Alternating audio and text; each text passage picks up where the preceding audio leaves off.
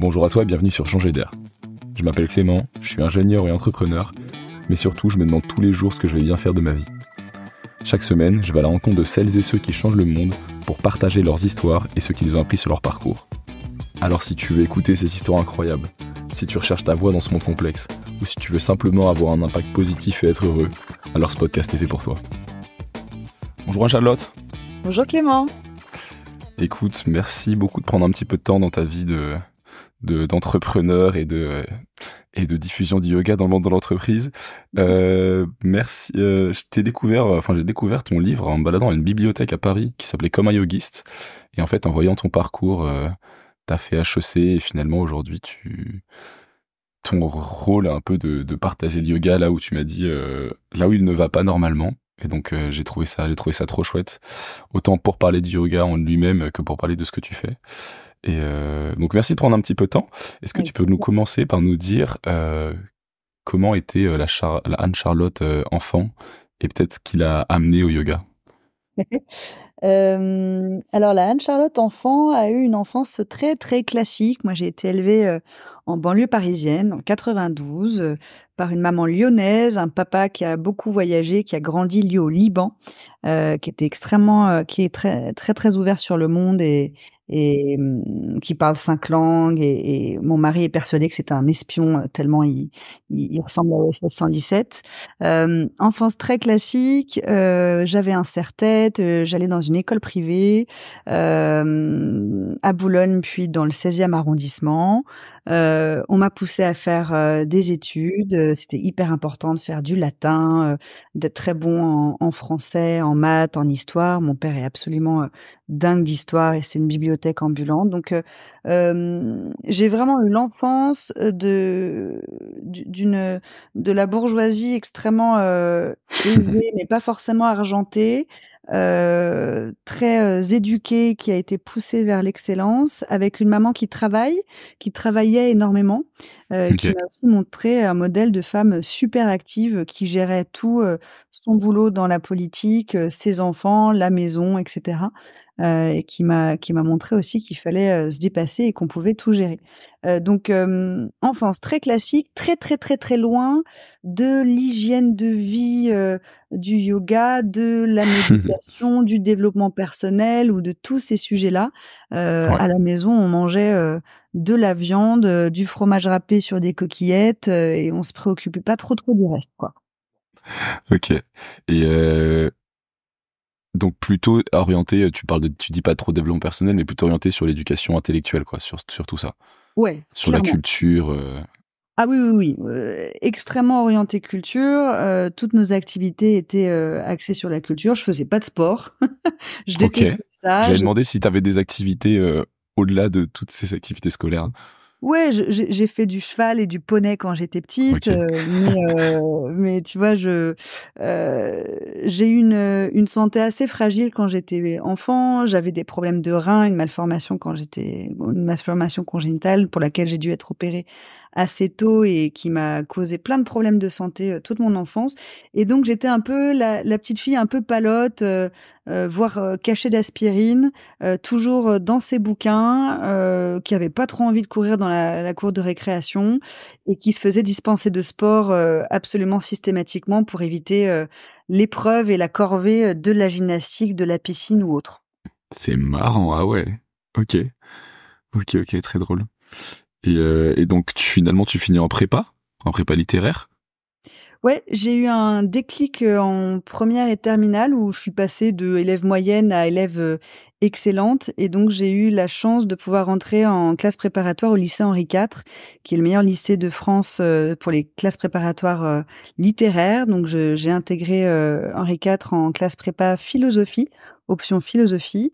Ça a été absolument dingue pour moi ces 2 années parce que c'était, la formation, je trouve, la plus, stimulante intellectuellement, que je pouvais imaginer et en même temps la plus épuisante puisque, contrairement à un programme de maths où bon, bah, tu as fini ton programme, tu as fini ton programme. En philosophie, en lettres, en sciences humaines, c'est jamais terminé. Il y a pas de programme et quand tu as fini, la critique de la raison pure de Kant, tu te souviens qu'en fait, il y en a 3 autres tomes, de 5 000 pages derrière à lire et donc ça n'en finit jamais et j'ai trouvé ça, très, très, enfin, ça a été un gros challenge pour moi, de ne pas m'épuiser, dans la passion dévorante, de ces études-là. Parce qu'encore une fois, on pouvait lire toute la nuit, tout le week-end, passer ses vacances à ficher des bouquins et à en ficher d'autres et passer ses, soirées et ses week-ends, à la bibliothèque Sainte-Geneviève. Il y avait plus de barrières, plus de limites, quoi. Exceptionnel en vrai. Et donc t'étais enfin, tu plongeais dans tes bouquins toute la journée, toute la nuit et t'apprenais tout ce que c'était. Pourquoi c'était pas par motivation du concours après, ou c'était vraiment par pure passion de la littérature et de la philosophie? Moi, j'ai découvert la philosophie en terminale. Mon professeur à l'époque, avait dû voir quelque chose chez moi parce qu'il m'a carrément présentée au concours général de philo, que j'ai pas gagné évidemment, hein, mais j'ai vraiment eu une passion pour ça. Peut-être que c'est mon grand-père qui était un grand lettré qui m'a donné les bases de ça. Mais ouais, j'ai trouvé ça absolument passionnant, cette, recherche de la vérité, qui traverse les âges, qui traverse les civilisations et qui n'est jamais terminée, puisqu'on n'a jamais terminé de se poser des questions aujourd'hui et je pense que j'ai toujours été, assez questionnante, dans ma vie et donc je trouvais ça dingue de pouvoir, lire les réponses aux questions dans des civilisations et dans des Ouais. auteurs, qui traversent les âges, quoi. Donc oui, très clairement, j'aurais pu continuer, très longtemps, toute ma vie, mais au bout de 2 ans, je me suis rendu compte que je m'étais un petit peu cramée. Je m'étais un petit peu Mmh. épuisée là-dedans OK. et au moment de passer les concours de normale supérieure, où j'ai été admissible, je me suis dit: «Mon Dieu, mais en fait, j'ai pas du tout envie de devenir prof de philo. C'est pas ma came». J'ai adoré le faire pour moi, mais transmettre aux autres, je sens que je ne pourrais pas. Et donc je vais aller, chercher ce qui se passe dans un milieu beaucoup plus, concret, beaucoup plus terre à terre et aussi parce que j'avais peur de pas être acceptée à Normal Sup, j'avais préparé les concours aussi des écoles de commerce et il se trouve que j'ai été admise à HEC, à l'ESSEC et à l'ESCP, au moment où j'ai appris que j'étais, admissible à l'école normale supérieure et donc tout le monde me poussait évidemment à aller jusqu'au bout de mes oraux à Normal Sup et à devenir normalienne donc parce que c'était vraiment le top du top de ce qu'on pouvait imaginer évidemment et en fait, je suis allée à mes oraux et je me suis enfuie de la C'est vrai? préparation de mon 1er oral, ouais. Heu, j'ai vraiment, j'ai buggé, je me suis dit: «Mais en fait, je n'ai rien à faire là, je ne veux pas devenir normalienne, je veux pas être agrégée de philo, je veux pas être prof de philo, au secours.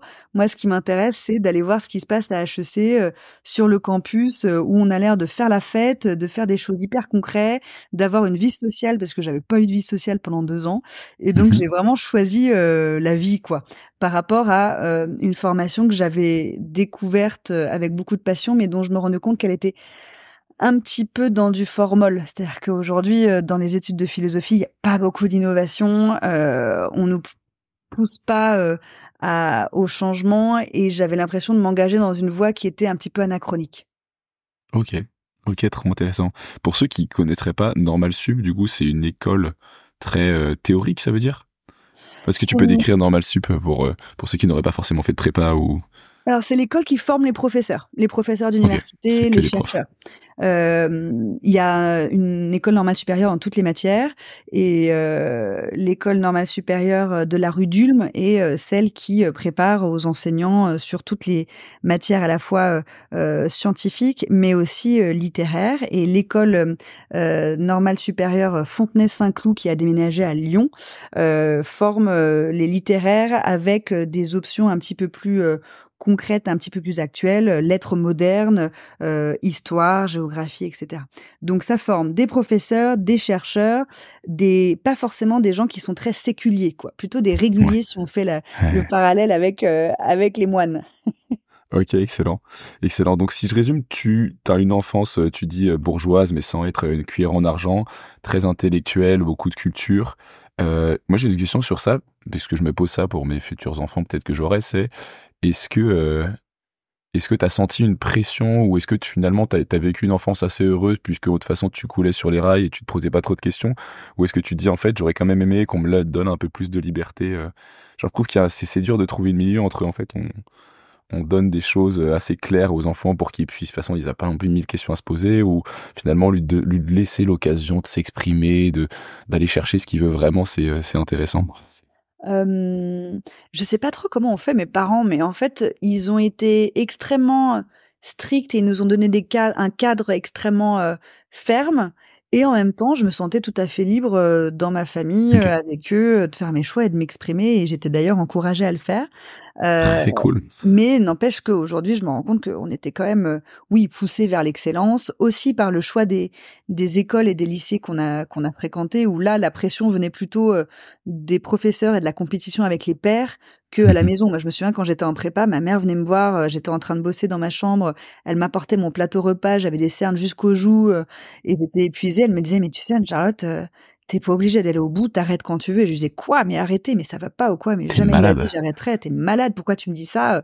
Tu devrais plutôt, m'encourager pour aller jusqu'au bout». Et je pense que c'était assez compliqué pour mes parents de gérer ça, quoi. Ok, ok. Et est-ce que tu as trouvé à HEC ce que tu recherchais alors, cette vie sociale, Ah bah cette oui. fête? Alors, arrivé à HEC, c'est à la fois la grande surprise de, mais en fait, on fait rien du tout le premier semestre? Comment ça, on fait la fête tous les soirs? Et moi, en fait, j'étais vraiment ce qu'on appelle une polarde. C'est-à-dire que le Ouais. premier semestre, moi, le soir, je restais dans ma chambre à bosser mes cours du lendemain et j'étais Ah absolument la ouais. seule à faire ça. Et au bout de 3 Ah mois, oui. je me suis dit: «Mais tiens, c'est marrant, personne ne fait ça. Qu'est-ce qui se passe?» Et j'avais pas du tout, compris le truc de, une fois que tu as intégré, bah, tu te reposes quand même un petit peu. Alors Tu que profites. tu profites, voilà, ou tu fais des matières, qui sont dans la droite ligne de ce que tu savais déjà faire avant. Moi, je suis arrivée à HEC, on m'a demandé de faire des intégrales, du contrôle de gestion, de la finance d'entreprise, des méthodes quantitatives, des intégrales, bref, des maths que j'avais pas fait depuis 5 ans. Donc j'ai dû rebosser, en fait. Je prenais des cours du soir en mathématiques, j'avais même une mentor qui m'aidait, j'étais complètement en panique de pas y Ah arriver. ouais. Et bien sûr, T'étais peut-être un peu en panique, en effet, parce qu'en fait, dans le fond, si vous étiez peut-être pas les seuls. Ah non, parce que t'étais la seule à pas avoir fait de maths. on était 10 dans la promo à Ouais. venir de filière littéraire. Ok.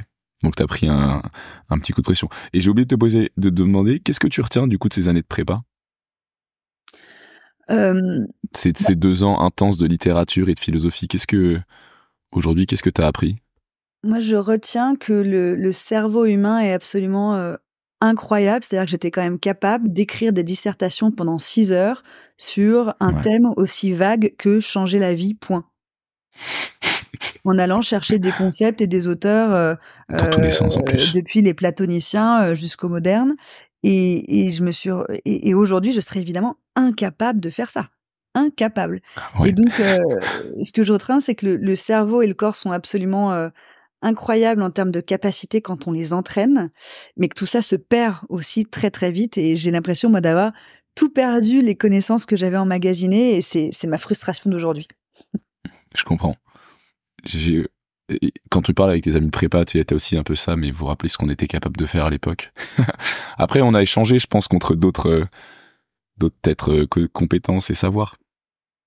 Oui, oui, tout à fait, mais en termes de résilience, de performance et d'endurance, c'était du sport de haut niveau intellectuel. Voilà, moi je voyais vraiment ça comme ça. Il fallait, et je retiens qu'on n'était pas vraiment accompagnés en matière d'hygiène de vie. Dans ma prépa, on dormait pas, on était tous sous Lexomil et Prozac, très clairement, pour gérer la pression. On faisait pas de sport, on mangeait n'importe quoi et on était assis toute la journée dans notre bibliothèque à enfiler des bouquins. À l'époque, on regardait pas internet, on bossait pas sur ordinateur, et donc on était des sportifs de haut niveau intellectuel sans avoir tout le l'hygiène de vie pour, ménager la monture et le corps qui devrait, rendre ça possible. En esprit sain dans un corps sain, normalement, quand même, tu l'intègres un peu, quoi. On était des esprits, extrêmement développés, des énormes cerveaux dans des corps, pas sains du tout. C'est marrant. C'est marrant. Et quand est-ce que tu as commencé à intégrer la partie corps? Moi, la partie corps, je l'ai intégrée contre mon gré, hein, parce que, quand j'étais en première année à HEC, je me suis engagée assez vite dans une ONG qui s'appelait Action pour le Bénin, dont je suis devenue la présidente parce que personne voulait s'en occuper. C'était pas mal de boulot à l'époque. Mhm. Et moi, je cherchais un peu à me changer les idées des maths et de la finance d'entreprise, c'est clair. Et je suis partie avec une vingtaine de volontaires sur le terrain, en Afrique, pendant l'été de ma première année. Et au bout de 2 mois d'action sur le terrain, je me suis fait renverser par un gendarme sur une grosse moto qui, m'a percuté de plein fouet, qui m'a détruit une jambe et qui m'a envoyée valser dans la terre rouge. Et donc j'ai passé pas mal de temps dans un dispensaire en Afrique, puis dans un hôpital en France, complètement immobile évidemment, parce que j'avais attrapé des infections nosocomiales et que je frôlais la septicémie. Donc j'ai été clouée dans un lit d'hôpital pendant à peu près 6 mois et ensuite en béquille, en fauteuil roulant, et avec de la rééducation tous les jours, de la morphine, des anti-inflammatoires et tout le tintouin. Et la partie corps, en fait, elle est arrivée au moment où j'ai failli perdre mon corps, au moment où j'ai failli être amputée de ma jambe droite et où je me suis dit: «Tiens, en fait, c'est pas du tout accessoire une jambe, ça me plairait bien de la garder et le corps, c'est pas du tout, ce dont il faut se préoccuper en dernier. C'est vraiment ce qui fait que, le reste peut fonctionner» et donc le corps est passé au premier plan par un accident, par, un manque, de santé et au moment de ma rééducation. Ok, ok. Donc c'est cette rééducation qui t'a fait dire il faut que je ramène le corps. Tu m'avais dit que du coup, en sortant d'HEC, t'avais fait un peu de conseils. Eh ben oui, moi, alors, pendant les 4 années d'HEC, j'étais, assez mal en point. Il fallait que je fasse ma rééducation en même temps que je termine mes études, et on m'a demandé de choisir un métier. Évidemment, on réfléchit à son Mhm. orientation et donc, assez rapidement, moi, j'ai toqué à toutes les portes des ONG, et des organisations qui travaillent à l'international parce que c'était vraiment quelque chose qui m'intéressait. Je voulais travailler, au World Food Programme, je voulais travailler à l'ONU, et cetera et puis je me suis fait refouler de toutes ces organisations. Vraiment, Ok.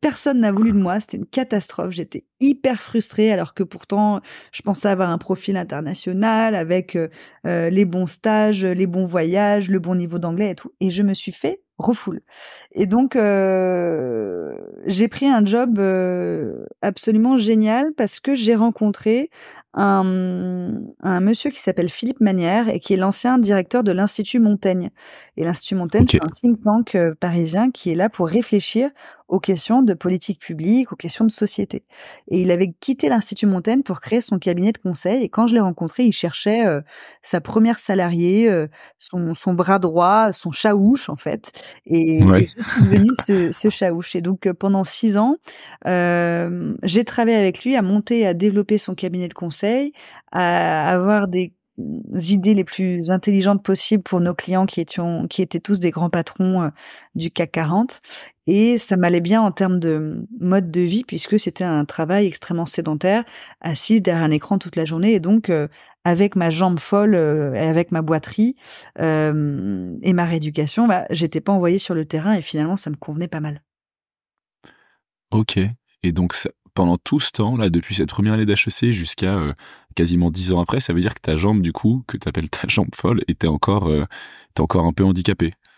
Ouais, moi j'avais vraiment, une jambe de bois, tu vois? On m'appelait le pirate, parce que je Ah ouais. marchais comme, comme un corsaire, sur un bateau, avec le bois qui résonne, sur les planches, quoi. Donc et j'avais pas encore trouvé de manière, de me rééduquer autre qu'aller chez le kiné une fois par jour, prendre des anti-inflammatoires, des calmants ou être sur une machine, qui me faisait plier le genou parce que j'étais encore opérée à peu près tous les ans pour essayer de retrouver un peu de mobilité dans ma jambe et c'était un long calvaire, quoi et donc j'étais assise parce que je pouvais pas faire vraiment autrement. Comment tu gérais cette souffrance ou cet handicap? Le médicament, très clairement, le Diantalvi qui était mon ami, Ouais. c'est interdit aujourd'hui d'ailleurs. Les médicaments, un truc qui m'a vraiment commencé à m'aider, mais je crois 5 ans après mon accident, je me suis fait masser la jambe pour la première fois et c'était pour la première fois où j'avais vraiment, un peu de confort et où mon corps me donnait, une sensation plaisante depuis mon accident. Je me suis dit quand même, en fait, le corps ne peut ne pas être vecteur que de souffrance. Mais jusqu'à présent, ça m'avait pas trop choquée parce que dans nos études, en tout cas en philosophie occidentale, les théories autour du corps et du cerveau, elles tournent plutôt autour du corps qui est la prison de l'âme et pas vraiment le Ouais. contraire. Alors que dans les philosophies orientales, là, on t'explique que, c'est plutôt le contraire. C'est plutôt, l'esprit qui bride le corps et qui l'empêche de révéler son potentiel et sa sagesse. Et cette révélation, je l'ai eue avec les massages et puis je l'ai eue, le jour où, pour la première fois, ma collègue de bureau, dans mon cabinet de conseil m'a embarquée chez elle pour me faire découvrir le yoga et c'est là, en fait, que j'ai découvert une philosophie comme celle que j'avais apprise moi dans mes études, mais une philosophie basée sur, hem, le corps au service de l'esprit, au service du mental et au service de son développement spirituel. Ok, trop marrant. Et donc, c'est cette collègue qui t'emmène chez elle qui dit viens, on va faire du yoga? C'est cette collègue qui me dit quand même: «Anne-Charlotte, tu quel âge? 25 ans, tu fais pas de sport, tu toute grise, tu boites, tu manges, des granolas à l'heure du déj, ça va au goûter, ça va pas du tout, viens, je vais te montrer un truc qui pourrait t'aider ou qui, en tout cas, ne pourrait pas te faire de mal étant donné, l'état dans lequel tu es, quoi». C'est très difficile de t'imaginer toute grise, ne faisant pas de Ouais, sport.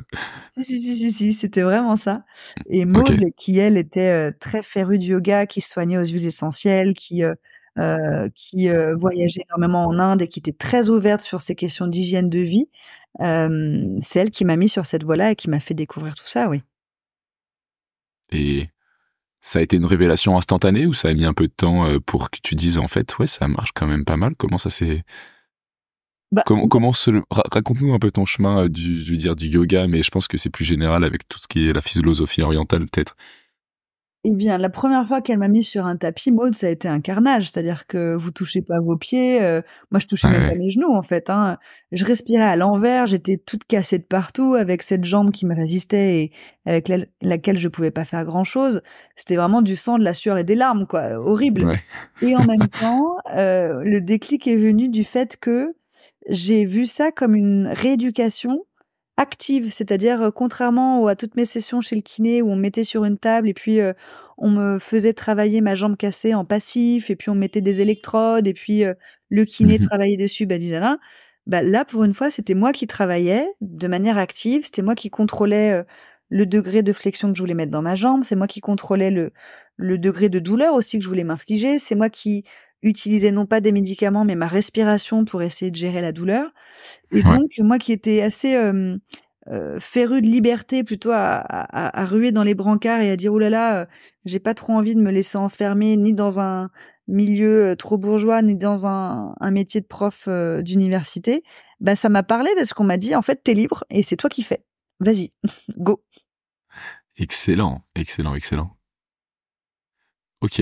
Et avant que tu nous parles un peu de yogiste, est-ce que tu peux nous expliquer, maintenant que tu es des années après le yoga, je sais pas comment tu considères le yoga dans ta vie, mais j'ai l'impression que c'est assez central quand même. Hem, En fait, le jour où j'ai découvert le yoga pendant, mes années de conseil, je l'ai vu comme une rééducation active et bien plus efficace.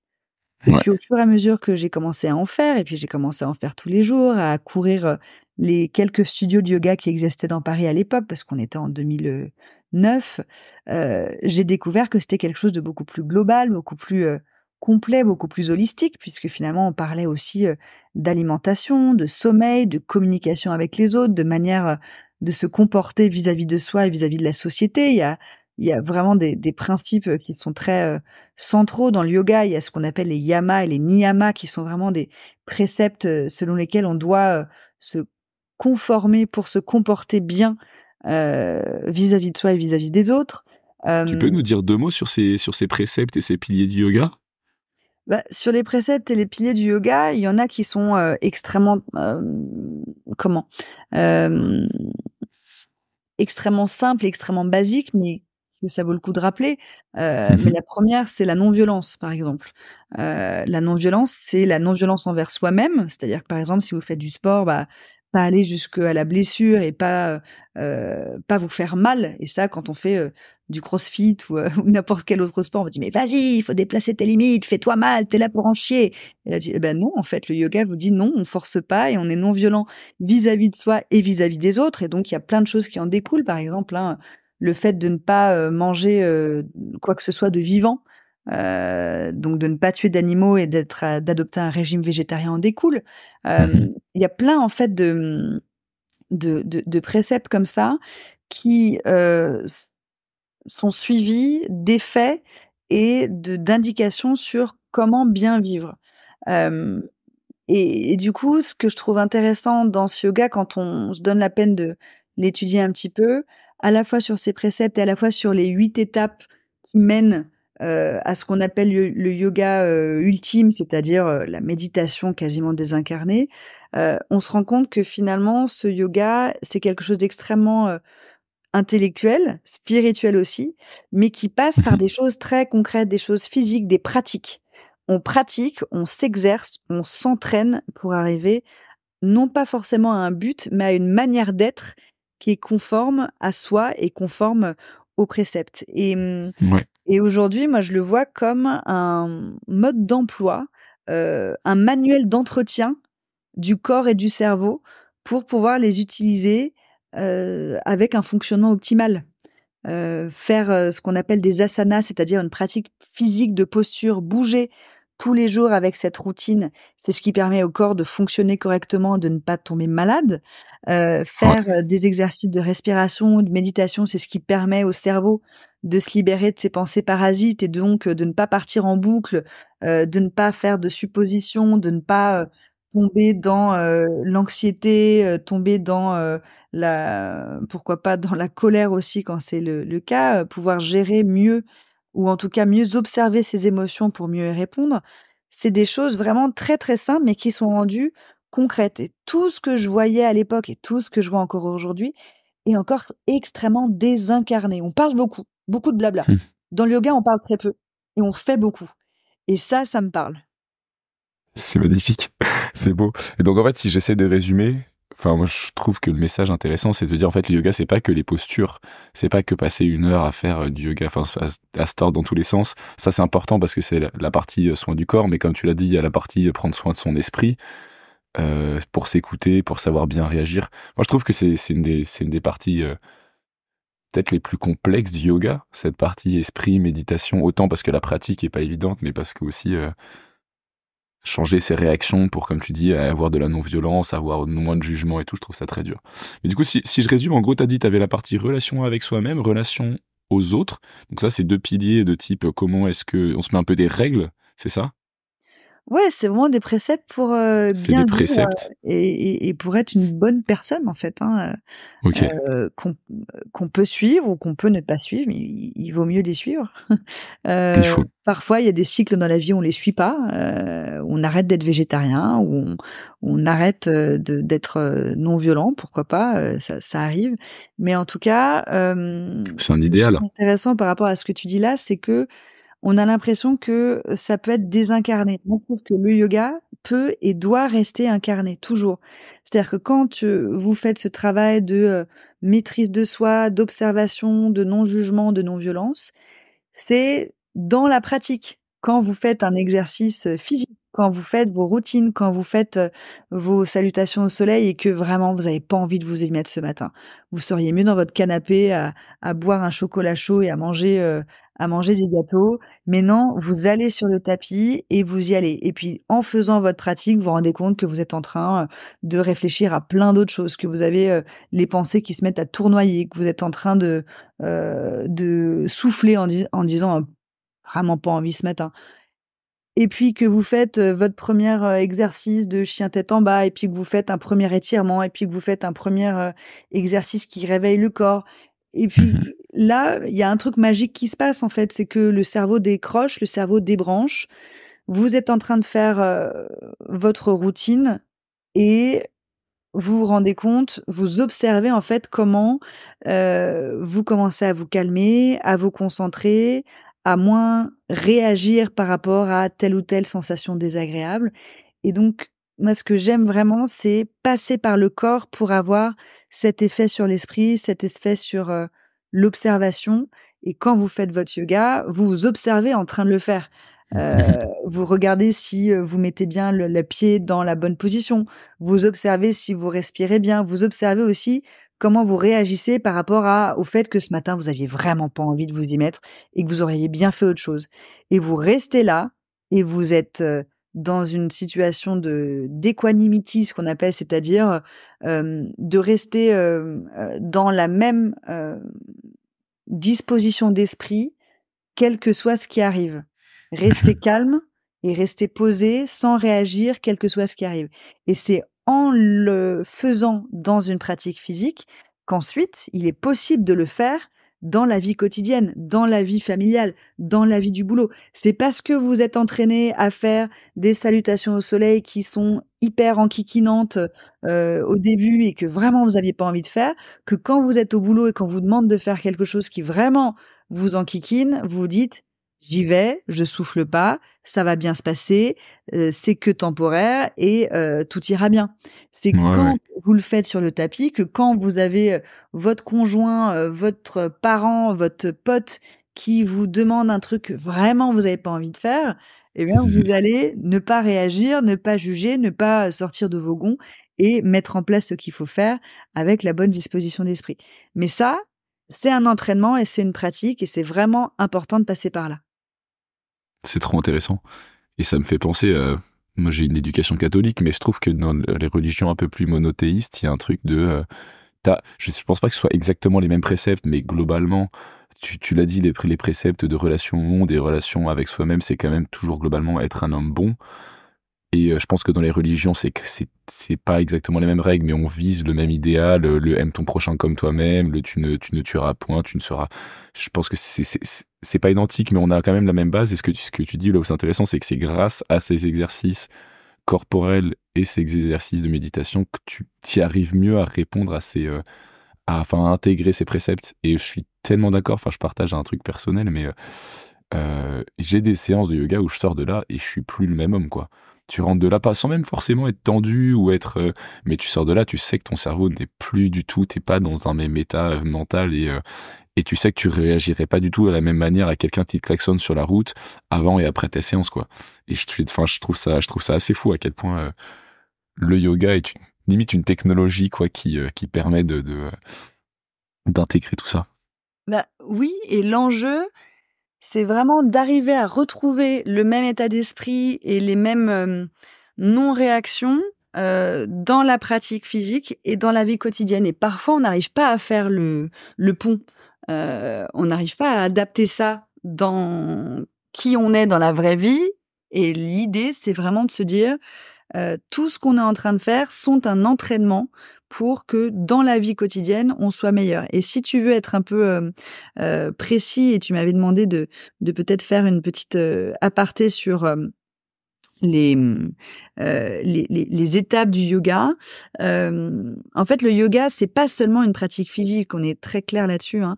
C'est 8 étapes qui mènent à, de la méditation ou une étape ultime et parmi lesquelles, une des étapes, la pratique physique et donc dans les 8 étapes du yoga, les 2 premières étapes, c'est les yamas et les niyamas, c'est-à-dire les préceptes pour être bien, pour se comporter en société et avec soi-même. Donc la première étape, c'est les principes pour se comporter correctement en société. Donc c'est la non-violence envers tout être humain, donc le régime végétarien en découle. C'est la sincérité, et le rejet du mensonge, hein, ne pas mentir, avoir une parole pure, ça en fait partie. C'est, rejeter le vol, hein.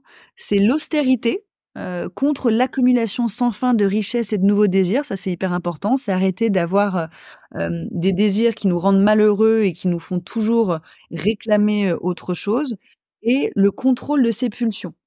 Le contrôle de ses pulsions, c'est, des pulsions de fringales et de gourmandise aux pulsions de colère, et de réaction et donc ces préceptes-là, non seulement nous aident à être, des personnes à peu près acceptables en société, mais aussi nous aident à être heureux parce que quand on prône l'austérité finalement, eh bien on lutte contre, l'accumulation sans fin des désirs. Donc ça, c'est la première étape. La deuxième étape, c'est vraiment des préceptes pour être bien avec soi. Être bien avec soi-même et ça requiert un vrai boulot sur soi, hein.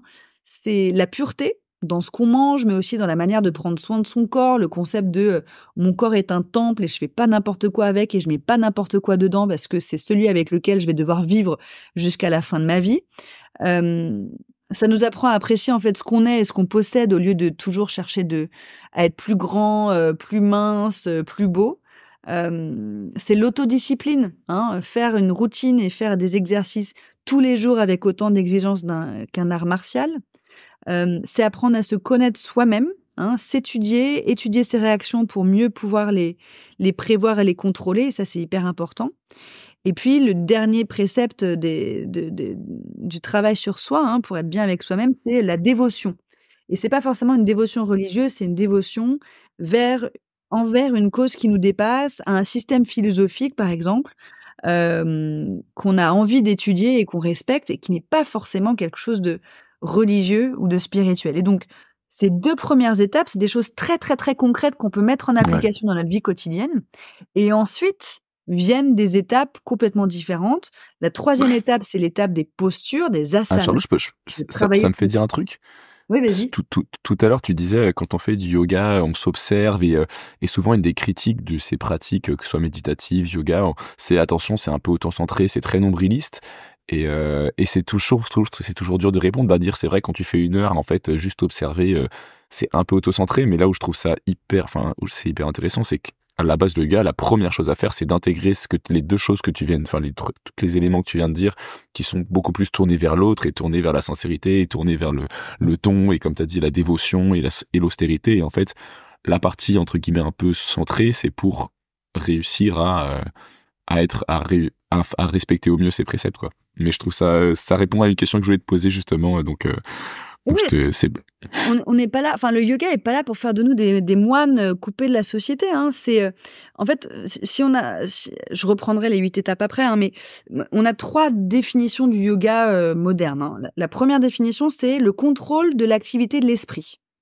pour cesser les fluctuations de la pensée et arrêter de cogiter dans tous les sens et de partir dans des circonvolutions, et nous permettre de rester stable dans le tourbillon de la vie. ouais. Ça, c'est la première OK. définition, quelque chose de très spirituel du coup, mais qui utilise le corps pour y arriver. 2e définition, c'est l'équanimité dont on parlait tout à l'heure, c'est-à-dire apprendre à être d'humeur égale, à prendre du recul face aux événements et à accepter ces événements avec calme et sérénité. Ça passe par un entraînement. Ça se fait pas comme ça parce qu'on l'a décidé, très clairement. Et ensuite, la 3e définition qu'on a, c'est que le yoga, c'est de l'habileté dans l'action.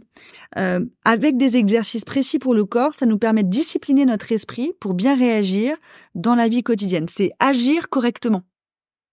Et donc Et c'est un des ça fait pas de nous des moines qui devons nous retirer dans une cave dans l'Himalaya pour méditer, c'est vraiment pas ça. C'est agir chaque jour dans les petits moments du quotidien, le mieux et le plus consciemment possible. c'est lié est-ce que c'est la comment on dit? La Bhagavad Gita qui est l'art d'agir un peu? Ouais, Ça me bien fait sûr. penser au Alors il y a texte, plein, plein, plein de textes dans le yoga, mais ils sont tous axés vers, une l'action, action en fait, hein. consciente et juste et connectée, quoi. Comment être bien dans la vie et dans le monde. Et ça, c'est hyper important. Non, c'est pas nombriliste. Et donc, dans les 8 étapes du yoga, les 2 premières sont les préceptes pour bien agir vis-à-vis des autres et vis-à-vis de soi. La 3e étape, c'est une étape physique, les asanas, travailler son corps et souvent on réduit le yoga à cette 3e étape uniquement Ouais. physique, de pratique, gymnastique. Et ensuite, vous avez d'autres étapes qui sont, elles, plus proches de la méditation. La 4e étape, c'est une étape sur la respiration, les exercices de respiration qui sont aussi dans la pratique physique, évidemment, qui permettent de Ouais. contrôler les pensées. Et puis ensuite, il y a, vraiment 3 étapes qui nous embarquent pour rentrer dans une bulle et pour méditer. D'abord en observant le retrait des sens, en essayant de se couper des stimuli externes. Ensuite, en se concentrant sur un seul objet. Ensuite en méditant, en se concentrant longtemps et intensément jusqu'à ne plus penser qu'à un seul objet pendant un moment, un Mmh. long moment ininterrompu. Ça, c'est la 7e étape et ensuite la 8e étape, l'étape ultime, c'est ce que nous promet le yoga, c'est que si vous arrivez à maîtriser ces 7 premières étapes, prendre parfois toute une vie, sans garantie d'y arriver, alors vous atteindrez, l'absorption complète, de la conscience dans l'objet de la méditation. Alors ça c'est un truc de super gourou évidemment, mais les 7 premières étapes, elles nous aident en fait dans la vie quotidienne et moi je trouve et c'est tout l'objet de ma reconversion et de l'application du yoga dans la vie professionnelle avec Yogist, c'est que tout ce que ça nous apprend, là où on en a le plus besoin, parce que là où on rencontre le plus de challenges dans la vie quotidienne, bah, c'est le travail, le Mmh. boulot, la vie professionnelle et c'est là où l'application de ces préceptes doit mener à un meilleur comportement, à une meilleure appréhension des obstacles et des challenges que cette vie professionnelle ne manque pas de mettre sur notre route. Et si en plus, si ça peut, bénéficier aux autres qui nous entourent dans une entreprise, dans une organisation, alors là, évidemment, c'est jackpot. Et si Mhm. c'est le cas, en général, ça bénéficie aussi à l'organisation d'un point de vue macro. Et donc, le yoga mis à disposition, mis en application dans notre vie professionnelle, pour moi, c'est vraiment l'outil qui nous permet de traverser cette vie professionnelle sans nous abîmer, travailler sans se casser et en plus, avoir un impact positif sur son activité, sur ses collègues et si en plus ça peut changer l'organisation et la culture de l'entreprise, alors là, on a tout gagné. Magnifique. Et si, en plus, j'allais dire, si tu peux changer à un niveau très personnel et la vie de chacun, et si tu touches le dirigeant ou le travailleur qui dit en fait, si tu respectes les principes, les premiers préceptes du début, tu te retrouves avec une économie quand même beaucoup plus, je dirais, positive, beaucoup plus vivante et plus consciente que ce qu'on a aujourd'hui, quoi. Bah, en fait, c'est vraiment le lien qu'on peut faire entre écologie et écologie Ouais. personnelle. C'est exactement la même chose. C'est-à-dire que le yoga, c'est une forme d'écologie personnelle, hein. C'est, faire attention à ce qu'on mange, à la manière dont on dort, à ce qu'on boit, la manière dont on traite son corps, à la manière dont on traite les autres. L'écologie, c'est faire attention aux ressources de la planète et je suis assez convaincue que quand on a une écologie personnelle, on est attentif à l'écologie tout court. C'est exactement la même chose dans le monde de l'entreprise.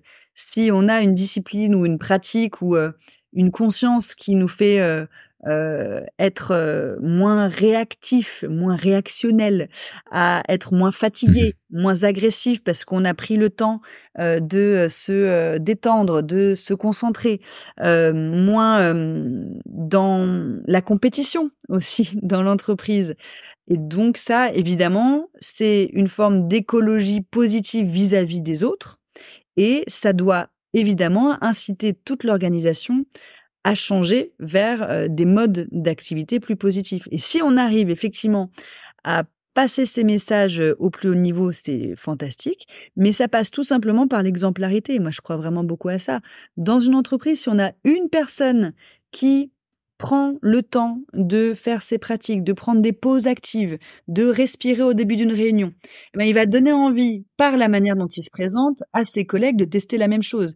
Donc il va les embarquer et les collègues vont prendre ce qu'ils ont à prendre là-dedans. Ils vont pas devenir des yogis méditants, mais ils vont peut-être retenir que, tiens, bouger, régulièrement pendant sa journée, respirer par le nez en gonflant le ventre pendant quelques secondes, ça nous permet de mieux préparer la présentation, hyper importante qui va se faire devant les actionnaires et donc ils vont s'en sortir mieux également et donc c'est vraiment des chaînes, en fait, des chaînes de qui se transmettent et à partir du moment où on sème une graine, on je trouve que ça éclot dans des endroits assez inattendus. Si et seulement si on arrive à présenter, à proposer le yoga d'une manière qui soit accessible à tous, quels que soient les corps, quelles que soient les, réticences, quels que soient, les intérêts par rapport à ces sujets qui peuvent être vus comme des sujets très spirituels et on a plein de gens qui nous disent: «Moi, ça ne m'intéresse pas de méditer» et c'est OK. Moi, ça ne Ouais. m'intéresse pas d'avoir une pratique de développement personnel et de spiritualité et c'est totalement OK aussi. Donc vraiment le proposer de manière hyper simple, sans chichi, accessible et aussi accessible au corps parce que, tout le monde peut pas faire une salutation au soleil, s'asseoir sur un tapis ou faire je ne sais Ouais. quelle posture. Donc le proposer à des corps qui sont, plus fatigués que d'autres, moins sportifs, parfois handicapés, parfois blessés, ça, c'est la mission du yoga qui s'adapte aux gens alors que, on pourrait croire que ce sont aux gens de s'adapter au yoga. Non, pas du tout. C'est le yoga qui s'adapte et qui, propose des choses que chacun va adopter en fonction de ses besoins à l'instant T et je crois beaucoup, en fait, qu'on vient au yoga quand on a, à un moment donné, une souffrance, que le yoga y répond et devient ensuite un rituel qui nous permet de ne plus souffrir et de plus seulement être en réaction, mais en prévention. Et du coup, après, c'est quoi? T'as fait 6 ans avec Philippe Manière? 6 ans de conseil en stratégie, oui. Comment est-ce que tu te retrouves à lancer Yogist et qu'est-ce que c'est Yogist? 6 ans en conseil en stratégie, à faire du yoga en parallèle, à découvrir le Mhm. yoga et à le pratiquer beaucoup. Et puis au bout de 6 ans, je me dis: «Mais en fait, ce conseil en stratégie où j'ai accès qu'à des grands patrons toute la journée et où j'écris des notes, stratégiques, c'est pas la vraie vie. Je veux aller voir ce qui se passe dans la vraie vie». Un peu Mhm. comme quand j'ai quitté, Normal Sup pour aller à HEC, c'était un peu le même, la même idée. Eh bien, je suis partie chez Webedia, qui est une des licornes du web aujourd'hui, hein. C'est vraiment un immense groupe, digital pour apprendre ce qui se passait, dans le digital et me déniaiser un peu là-dessus. Je me suis occupée des opérations d'Allociné pendant 6 mois avec des équipes de développeurs, des gens qui étaient hyper connectés, qui travaillent sur un ordi toute la journée et au bout de 6 mois, je me suis dit: «Mais en fait, les équipes que je vois autour de moi, j'ai plus envie de les aider à avoir moins mal au dos et être moins stressés que, faire des grands projets IT, avec de gros clients corporate».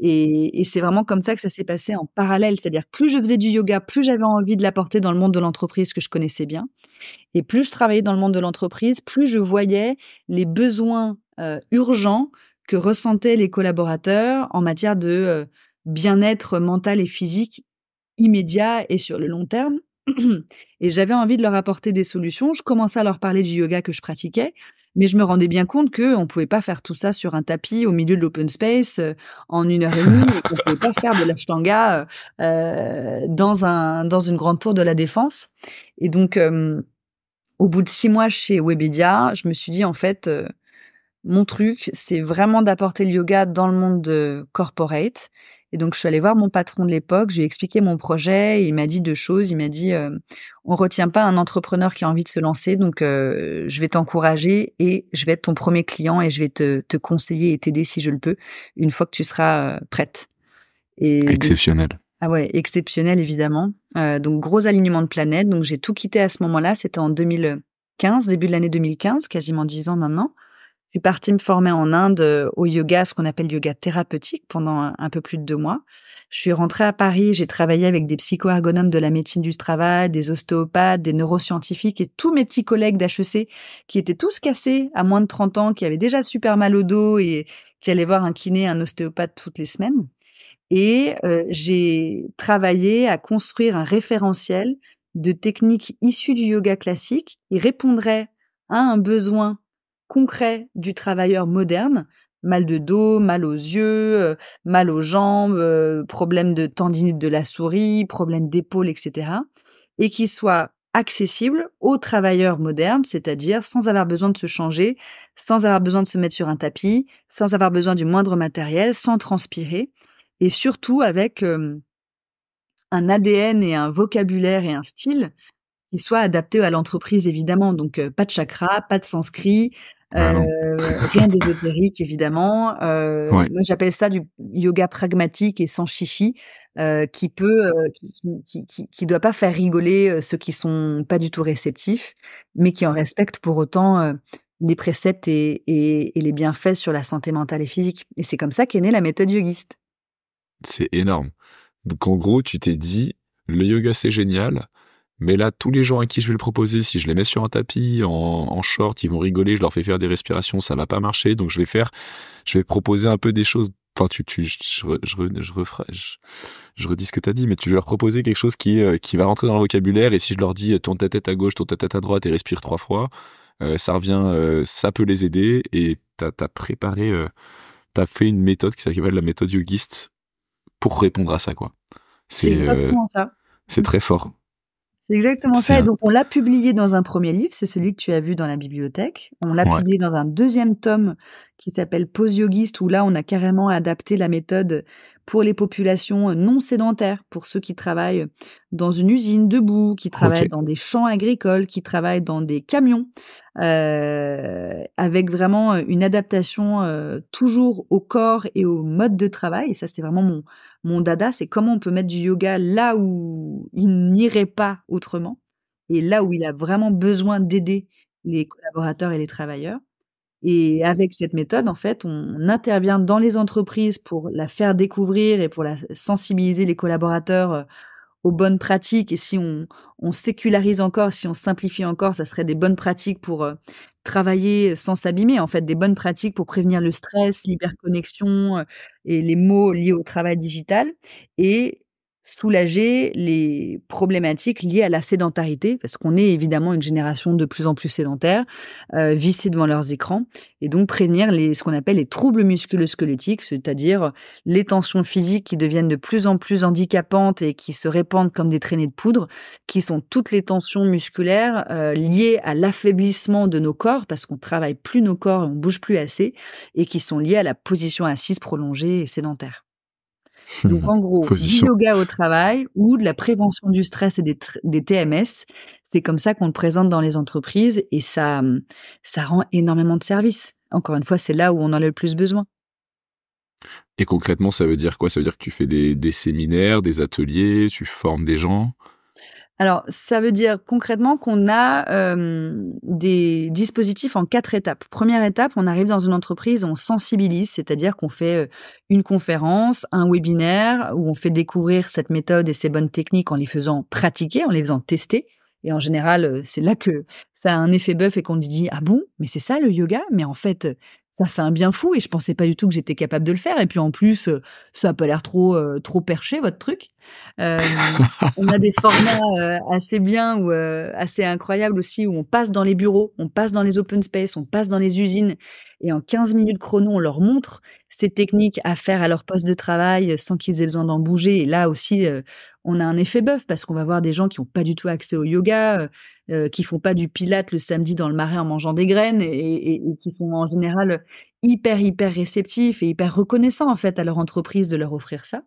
On a créé un jeu sur le modèle de la fresque du climat pour présenter OK. cette méthode et surtout pour, parler de la santé mentale et de la santé physique et de faire tester ces antidotes de manière hyper interactive, hyper ludique, sans trop se prendre au sérieux, mais en même temps en ayant, un impact hyper positif et donc ça, c'est vraiment la première étape. C'est comment est-ce qu'on passe les messages de prévention, qu'on présente la méthode en la faisant tester de la manière qui soit la plus, sympathique, la plus ludique et la plus efficace possible et puis après, bah, on a une deuxième étape qui sont vraiment des formations, régulières où on va revenir dans l'entreprise régulièrement, pour enseigner ces bonnes pratiques, ces bonnes techniques et que ça devienne des rituels.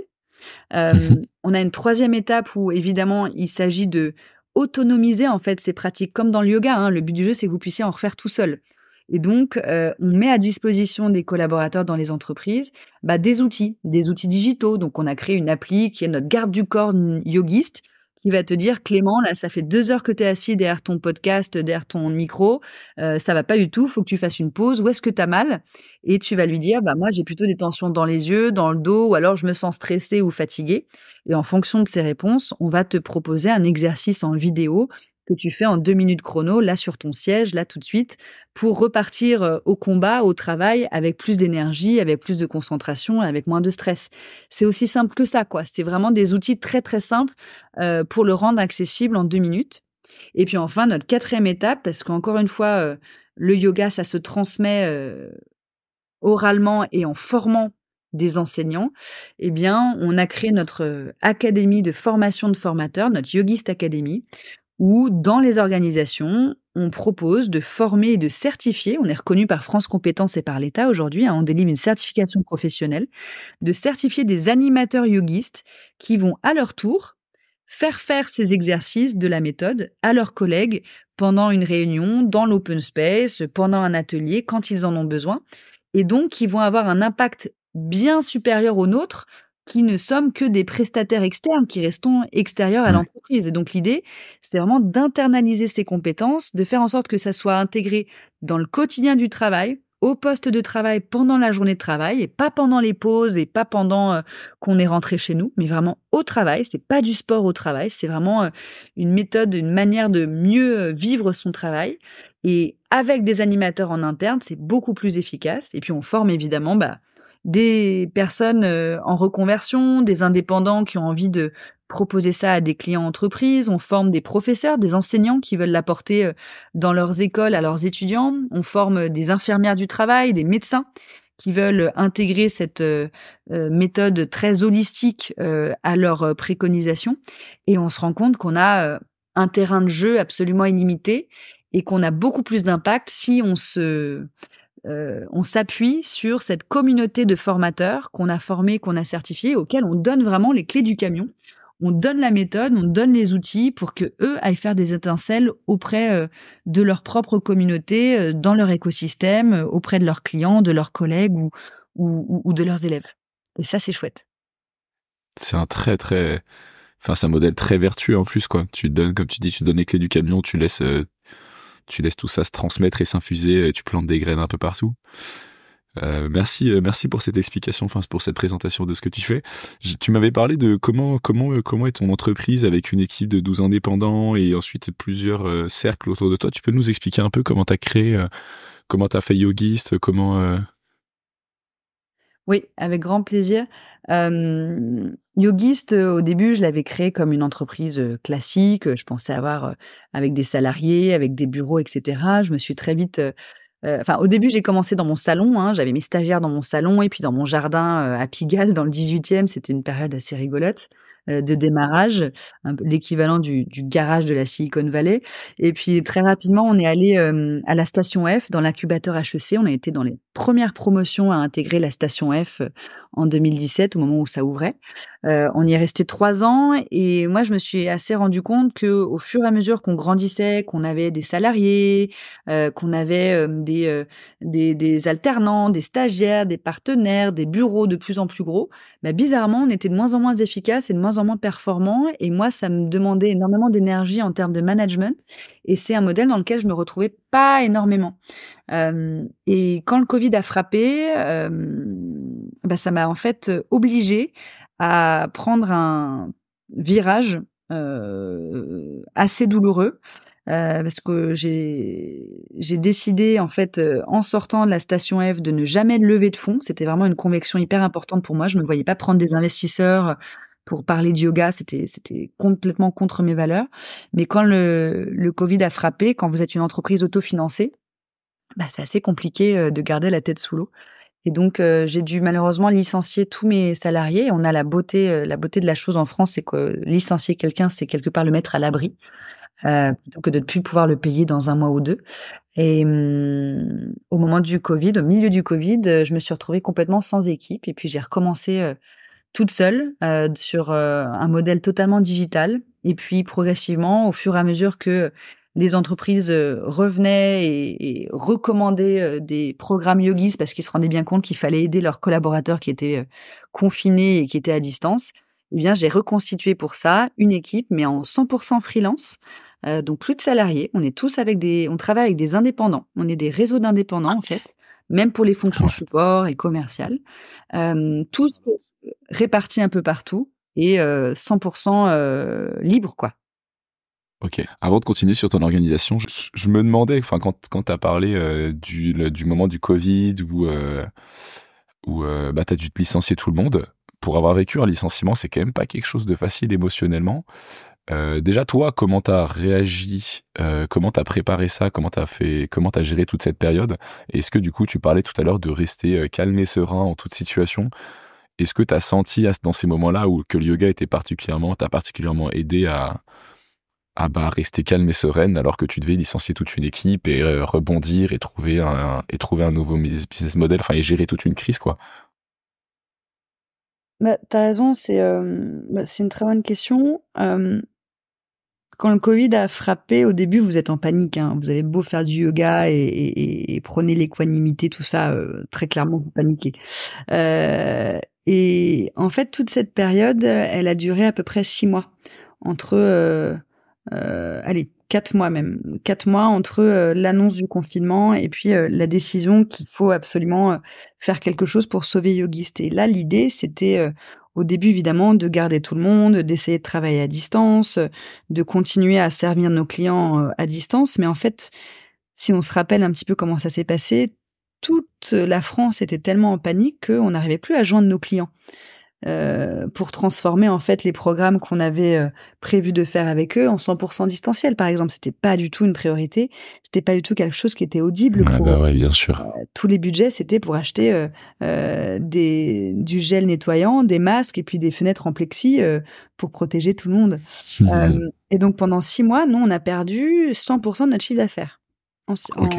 Enfin, disons, en un mois, on a perdu 100 % de notre chiffre d'affaires qui s'est jamais renouvelé pendant les 6 premiers mois du covid. Et donc, assez vite, quand vous avez pas de coussin de trésorerie ni d'investisseurs derrière, la question, s'est posée. C'était soit je trouve un moyen hem, d'assainir ou en tout cas d'alléger la structure de coûts, soit on met la clé sous la porte. On avait au début du covid, 4 mois de trésorerie devant nous, donc on avait 4 mois.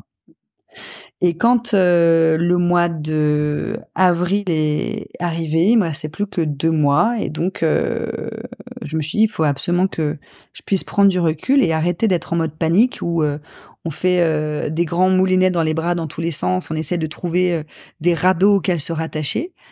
Il faut que je prenne un peu de recul et à ce moment-là, moi, j'étais confinée toute seule, dans un appartement et j'ai fait ce que je fais quand j'ai des problèmes à régler, à gérer ou des solutions à trouver. J'ai fait un jeûne, pas un jeûne intermittent, un vrai jeûne d'une semaine.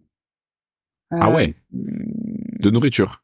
ouais, de nourriture, où je buvais que Ok. des liquides et je faisais beaucoup de yoga. J'ai remis, du yoga à fond. J'en faisais beaucoup pendant les confinements, d'ailleurs, on avait le temps d'en faire et la possibilité d'en faire. On n'avait pas grand chose d'autre à faire, d'ailleurs. Donc yoga et jeûne pendant une semaine et c'est marrant parce qu'en me réveillant le 7e jour, moi quand je jeûne, c'est génial, j'ai une énergie de dingue, à 5 heures du mat, je suis réveillée et j'ai envie d'aller, courir un marathon. En me réveillant le dernier jour, je me souviens que je me suis dit: «Mais en fait, c'est clair ce que tu dois faire, tu dois malheureusement laisser partir, les gens de l'équipe, leur permettre de retrouver un job dans une plus grosse boîte qui va mieux les protéger et toi, tu vas repartir sur un modèle que tu connais pas encore, mais que tu vas trouver et en tout cas Ok. qui sera plus léger parce que tu peux pas te permettre de continuer avec cette structure de coût. Heu, Moi en tant que dirigeante, j'ai pas de chômage, on m'a pas payé, mon chômage, technique, hein, le chômage partiel, pendant le covid, c'était pas pour les dirigeants donc il y avait pas de choix non plus, j'avais un loyer à payer, il fallait bien, sauver Yogist à tout prix.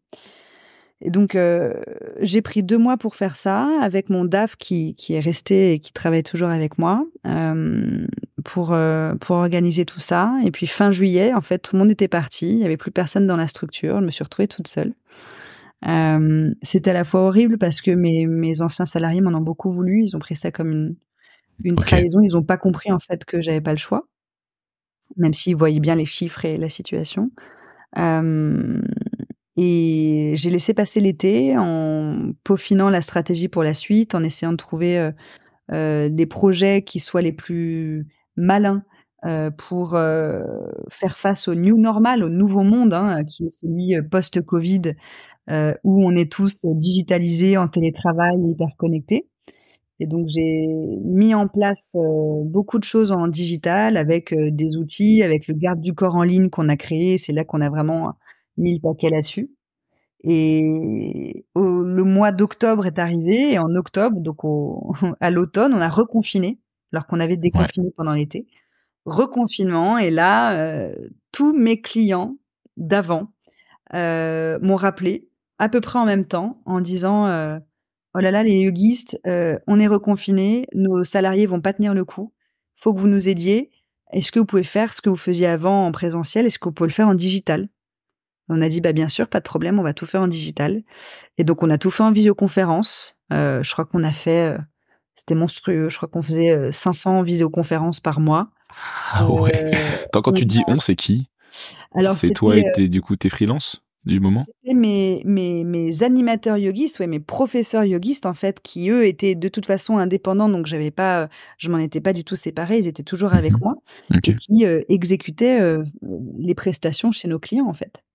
Et donc on a pu repartir comme en 40 avec eux, mais moi j'avais plus d'assistantes, j'avais plus de commerciaux, j'avais plus personne pour gérer le planning, j'avais plus tout ça. Et donc, on a reparti en digital, en visioconférence et avec des outils en digital. Et à ce moment-là, j'ai reconstitué une équipe en freelance, effectivement, avec des gens qui sont venus me voir, qui m'ont écrit en disant, Céline, la première, hein, qui travaille avec nous depuis maintenant 5 ans, en disant, «Anne-Charlotte, j'ai découvert le yoga pendant le confinement, ça m'a sauvée d'un burn-out. J'adore ce que vous faites dans les entreprises, je pense qu'on en a énormément besoin. Est-ce que vous avez, un besoin? Moi, je sais tout faire. Je pourrais être, votre assistante commerciale, votre assistante tout court. Je pourrais gérer, les plannings, la logistique» et donc Céline, c'est notre responsable des opérations maintenant. Hem et ça s'est fait comme ça, en fait, avec, des gens qui sont venus, parce qu'ils aimaient la mission de yogiste, parce qu'ils avaient entendu parler de nous, par ce qu'on faisait et pas par qui on était ou par, notre chiffre d'affaires ou nos bureaux. Hem et qui sont restés depuis et qui gèrent avec moi la croissance de Yogis, son développement et surtout, l'impact qu'on veut avoir pour nos clients. Et ça, c'est fantastique parce que en fait, maintenant, on est à peu près 13. On a compté, hier, on a fait le compte, on est 13 freelances qui sont en fonction support, en fait, hein, pour les fonctions commerciales, organisationnelles, pédagogiques, en plus de notre vivier d'intervenants, d'animateurs yogis qui interviennent dans notre entreprise, qui sont, une trentaine et au-delà, on a une communauté, ce sont tous les gens qu'on a formés et qu'on a certifiés, qui sont à peu près 200 aujourd'hui et qui diffusent la méthode sur le terrain. Eh bien, ce noyau dur de 13 personnes yogis qui s'occupent de la communication, du marketing et cetera, eh bien, on arrive beaucoup mieux à travailler avec eux en étant en distanciel et en freelance que quand on avait une équipe, salariée à la station F dans les mêmes bureaux, bizarrement. C'est hyper intéressant. Ça donne des idées pour les entrepreneurs ou pour même la gestion d'une équipe, en fait. Ça montre que je retiens quand même qu'en laissant beaucoup plus de liberté aussi, peut-être, même si j'imagine qu'à l'époque, déjà, tu leur laissais de la liberté, finalement, tu arrives à avoir une équipe qui a des tâches et des objectifs clairs et qui fait ce qu'elle a à faire, quoi. Oui, c'est toujours, un gros challenge de mettre ça en place au départ et puis d'onboarder des gens qui sont pas avec nous 24 heures sur 24, c'est toujours, compliqué. Mais Ouais. effectivement, quand on choisit des gens qui sont experts de leur sujet, les indépendants, les freelances en général, ils savent bosser déjà. Ils ont déjà travaillé avant en équipe, ils savent ce qu'ils ont à faire et on n'a pas besoin de les manager comme quand on recrute, un salarié dont c'est le premier job et qu'il faut tout lui apprendre et être, à côté de lui tout le temps pour lui décortiquer le geste. Donc il y a aussi cette facilité et cette maturité, en fait, qu'on a dans les profils qui travaillent avec nous aujourd'hui. J'ai une DG aussi qui s'appelle Marie et qui est venue à nous, il y a maintenant, quasiment 3 ans, qui elle était, au comité de direction d'une énorme entreprise qui s'appelle, Capgemini pour, le côté événementiel, qui faisait de l'événementiel depuis hyper longtemps, qui était à son poste depuis une dizaine d'années, qui avait découvert le yoga suite à de multiples blessures et qui, voulait l'apporter dans son entreprise et donc elle est d'abord venue se former avec moi. Elle s'est d'abord, certifiée, avec la Yogist Academy et puis après elle est venue me voir en me disant: «Anne-Charlotte, j'ai envie de t'aider à développer Yogis, qu'est-ce que je peux faire pour toi?» Et donc au début, elle est venue en support commercial et puis après elle a pris, la direction de la formation et de la Yogist Academy et puis maintenant c'est la DG, mon bras droit en fait, qui nous aide à développer Yogist. Mais tout ça, c'est des gens qui sont venus pour la mission d'abord et pas pour, le salaire, les avantages ou les locaux en plein Paris. Et ça, je trouve que ça fait vraiment la différence, oui. C'est beau. En fait, un alignement d'une direction, quoi. Mais c'est un peu ce qu'on dit des très bons leaders et des très bonnes entreprises, c'est que tout le monde veut aller dans la même direction. Je veux juste réagir, enfin, j'ai un truc qui me trotte en tête, là, depuis 5 minutes. C'est que un des derniers podcasts que j'ai fait, c'est avec Julien Perron, et donc il a fait un film où il a interviewé 1500 personnes dans plein de pays en demandant c'est quoi le bonheur pour vous. Et une des réponses qui revient beaucoup, il y a évidemment des yogistes dans les réponses, il y a prendre soin de soi et tout, mais une des réponses qui revient beaucoup, c'est être aligné et avoir une parfaite alignement entre ses pensées, ses paroles et ses actes. Et je trouve que tu incarnes ça très très très bien parce qu'il y a beaucoup de, enfin, en fait, en t'écoutant, ça fait longtemps que j'avais pas vu. Je m'étais dit, putain, c'est vrai qu'au moins tu fais le yoga, tu partages le yoga et tu penses, et enfin non non, je trouve ça. Je suis juste pour te dire ça. Je réagis à chaud sur ce que tu viens de dire. J'ai une petite question qui est un peu en parallèle de ça. Je sais pas si depuis longtemps, du coup, tu es sensible à la crise écologique, mais comment toi tu te places et comment tu réagis face à cette crise même plus écologique, sociale aujourd'hui qu'il y a dans l'humanité quand même, malgré toutes les bonnes choses. Tu viens de dire, il y a 20 ans, il y a pas de salle de yoga à Paris. Maintenant, c'est une pratique qui est faite. Il y a plein d'avancées positives, mais on voit quand même aussi beaucoup de guerre, d'inconscience, de réseaux sociaux qui nous divisent. Tu te réagis face à ça? Bah, je pense que c'est très lié à ce qu'on disait tout à l'heure entre, le lien entre écologie personnelle et écologie. Le lien Mhm. entre, ce qu'on fait pour soi et ce qu'on est chez soi et la manière dont on voit, la société et la manière dont les choses se passent. Je Moi, j'ai toujours été une très grande optimiste. Je suis assez convaincue que les choses vont mieux qu'avant. Tout le monde, s'acharne à me démontrer le contraire, hein, mais moi, je suis convaincue qu'on est, dans la conception, heu, non pas dans la conception hégélienne de Laofébung, c'est-à-dire du saut dialectique dans l'inconnu où tout d'un coup on va passer une nouvelle étape. Je suis vraiment plutôt, dans la dialectique, kantienne de, l'amélioration continue et l'histoire qui avance et je suis convaincue que les choses vont mieux qu'avant. Simplement, on a l'impression qu'elles vont bien plus mal qu'avant parce qu'on sait. On sait ce qu'on ne savait pas avant et ce qui est extrêmement anxiogène. Donc ça, c'est ma première conviction et ma deuxième conviction, c'est que, heu, le yoga et toutes les autres pratiques, qui sont tournées sur soi, d'abord, prendre soin de soi pour être bien dans ses pompes, pour pouvoir travailler efficacement, pour pouvoir être un bon citoyen, un bon conjoint, un bon mari, un bon père ou une bonne mère. C'est la base pour pouvoir avoir un rôle et un impact sur les sujets de société. Moi, je suis convaincue que, si on arrive à avoir des gens qui prennent conscience des problématiques, liées au yoga, hein, d'hygiène de vie personnelle, ils vont évidemment prendre en même temps conscience des problématiques qui sont liées à la société, à la planète, à l'univers. Parce que d'ailleurs, ce qu'on nous explique dans le yoga, c'est qu'on fait tous partie d'un tout. On est tous, complètement, liés les uns aux autres et nos cellules sont celles, du voisin, de la pierre et du ruisseau d'à côté. Bon, au-delà de ça, on est tous responsables d'une certaine manière, du bonheur des autres et non pas de leur malheur et que tout ce qu'on fait peut contribuer d'une certaine manière, tout ce qu'on fait et tout ce qu'on dit et tout ce qu'on est, peut et doit contribuer d'une certaine manière au bonheur et à la liberté des autres. Et ça, c'est un des principes du yoga. Et donc, ma conviction aujourd'hui, c'est d'ailleurs, d'abord, si on prend ces sujets-là pour soi, si on fait ce travail personnel sur soi pour être meilleur, pour être en bonne santé, et donc capable d'agir et de réagir, on sera capable de faire changer les choses. Si on applique le précepte de pureté pour soi, ou de, non-violence, et ben, ça fait de nous des végétariens qui ne polluons pas et donc c'est bon pour la planète et pour le reste. Tout part d'abord, je trouve, même si ça peut paraître très égoïste, de l'application de ces préceptes à soi, à son précaré, à la manière dont on vit et l'effet est bien plus grand que, l'effet papillon. Hem, D'ailleurs, on le voit, hein, les leaders qui aujourd'hui s'engagent, pour, la défense de la planète ou la défense, de l'écologie ou même de la défense de la politique, si eux se crament, on est foutus et c'est la responsabilité du leader et d'ailleurs on en parle beaucoup dans le management, hein, la responsabilité du manager de pouvoir prendre soin de lui, ménager sa monture et ménager son énergie pour pouvoir continuer à agir là-dedans et donc pour moi tout est lié. Merci. Je partage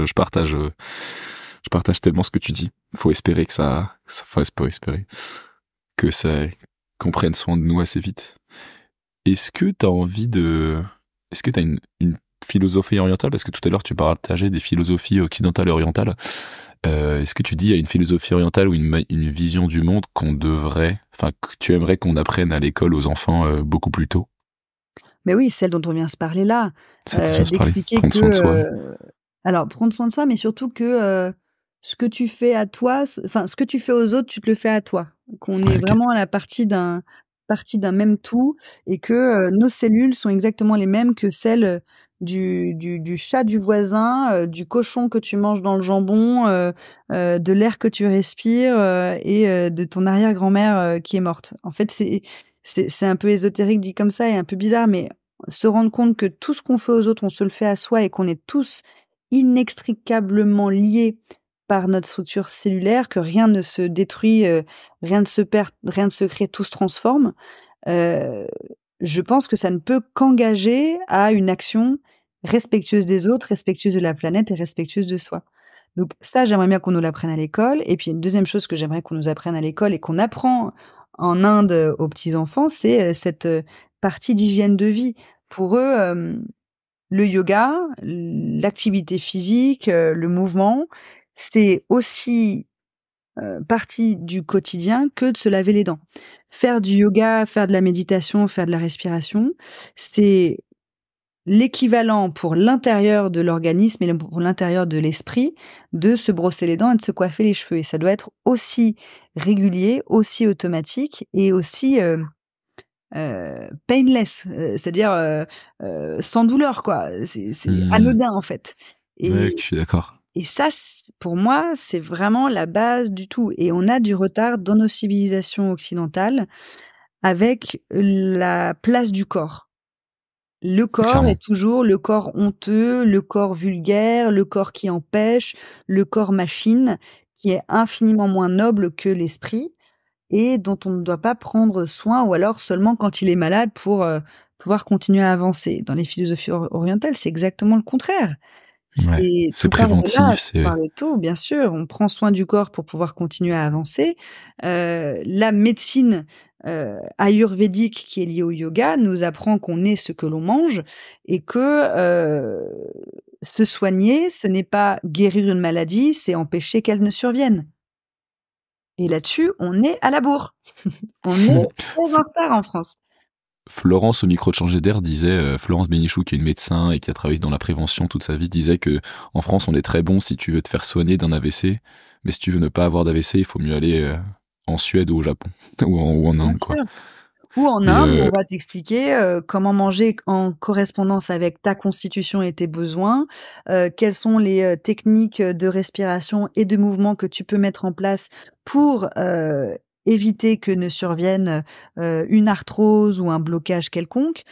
C'est vraiment, prendre, arrêter de courir derrière le temps et arrêter de réagir aux problèmes et prendre le temps de les prévoir, de les voir arriver et d'éviter qu'ils ne surviennent ou ne s'aggravent. Hem et ça fait partie des changements qu'on peut et qu'on doit mettre en place chez nous. Arrêter de courir derrière, les événements et commencer à les anticiper et voir tout ça de manière holistique et pas juste le symptôme et ça, la philosophie indienne, l'Ayurveda nous en disent énormément. Et c'est rigolo, j'en parlais encore à une cliente il y a quelques jours qui me disait: «Oh, on va faire un atelier nutrition pour nos collaborateurs, donc je vais faire venir une chef étoilée, qui va nous expliquer comment est-ce qu'on crée une super pâtisserie». Je dis: «Mais vous voulez pas plutôt leur apprendre, comment on t'as peut bien se mangé. nourrir, voilà, comment on peut bien manger, pour préserver son énergie, préserver sa santé?» et encore une fois, le bien manger, c'est pas un régime standardisé pour tout le monde.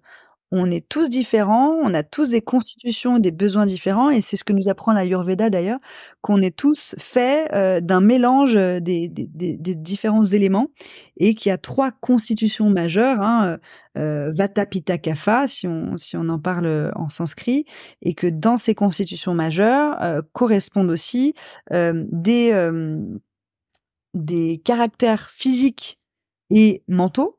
Les Vatas sont plus créatifs, et ils ont plus tendance à, je dis n'importe quoi, s'enrhumer et prendre froid, alors que les Pitta, qui sont constitués d'une majorité de feu, sont plus, agressifs parce qu'il y a du feu en eux et ont plutôt tendance à avoir des maladies inflammatoires avec des excès de feu. Tout ça est assez simpliste, d'accord? Mais ça veut simplement dire que on est tous différents des autres, les uns des autres, on a des besoins différents et à nos constitutions correspondent des besoins différents en alimentation, en activité physique et même en métier. Et si on apprend à se connaître soi-même, on apprendra du coup à adopter la bonne alimentation, le bon mode de sommeil, la bonne activité physique qui nous va et qui nous permet, encore une fois, d'avoir un fonctionnement optimal de notre corps et de notre cerveau, qui nous permet d'avoir une action dans la société, un métier qui se passe bien et un comportement avec nos proches qui soit le moins pénible possible. Et moi, je regrette Tout qu'on n'ait pas simplement. appris ça à mon papa, à ma Ouais. maman, à ma grand-mère, à mon grand-père, parce qu'on s'y prend bien trop tard. Écoute, j'aimerais tellement que mes petits-enfants viennent me voir en me disant mais attends, tu fais pas du yoga tous les matins, toi? Enfin, comme nous, on se dit, attends, ils se brossaient pas les dents tous les matins à l'époque. Écoute, ce serait une belle. Et puis, j'imagine pour toi, ce serait une belle réussite que ce soit devenu quelque chose de, enfin, vraiment la norme, comme tu dis, quoi. Quelque chose La de réussite wellness. pour moi, ça serait moins que ça devienne la norme, auprès du grand public que la norme dans des environnements où le Il y en a yoga n'y besoin. va pas. Là, on Ouais. vient de faire un programme avec un gros groupe de logistique, avec des chauffeurs de poids lourds, des conducteurs de porte-voitures. C'est des gens qui sont derrière leur volant toute la journée, qui chargent et qui déchargent des voitures et des poids lourds, qui dorment dans leur cabine et qui ont forcément mal au dos, qui sont fatigués, qui ont des baisses de vigilance et pour qui le bien-être, c'est un truc un peu, heu, inaccessible ou pas du tout nécessaire parce que, ils sont forts. Tu sais, le côté, «Je suis fort, j'ai pas besoin de tout ça». Alors qu'en fait, c'est eux qui en ont le plus besoin. Si on arrive à leur apporter d'une manière, hem, non ésotérique, non, gnangnan, sans en faire un truc de bonne femme ou de grand-mère. Et ça, c'est la problématique du vocabulaire, du style, du ton De qu'on la emploie, de communication, l'humour ouais. aussi, de la communication, voilà. Pouvoir Ouais. parler de tout ça sans se prendre au sérieux, c'est absolument, indispensable. Et ça, c'est ma mission à moi, dans ce monde de l'entreprise-là. Je te souhaite de réussir encore plus que ce que tu ne le fais déjà. J'ai une dernière question. Est-ce que du coup, dans tous les gens, j'ai l'impression que tu rencontres pas mal de dirigeants ou autres. Est-ce qu'il y a des gens que tu te dis qui pourraient passer au micro de ce podcast? Il y en a plein, mais là, tu me prends, Je te prends au dépourvu. ouais, complet, je vais réfléchir.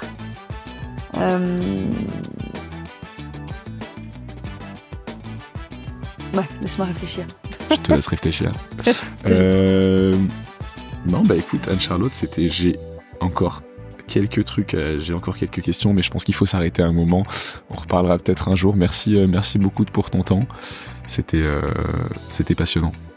Merci à toi pour ton accueil. J'espère pas avoir été trop fouillis dans ma présentation des différentes étapes du yoga et que même ceux qui ne se sentent pas concernés se diront « Ah tiens, on peut faire un truc en 2 minutes chrono sur sa chaise, je vais peut-être essayer. »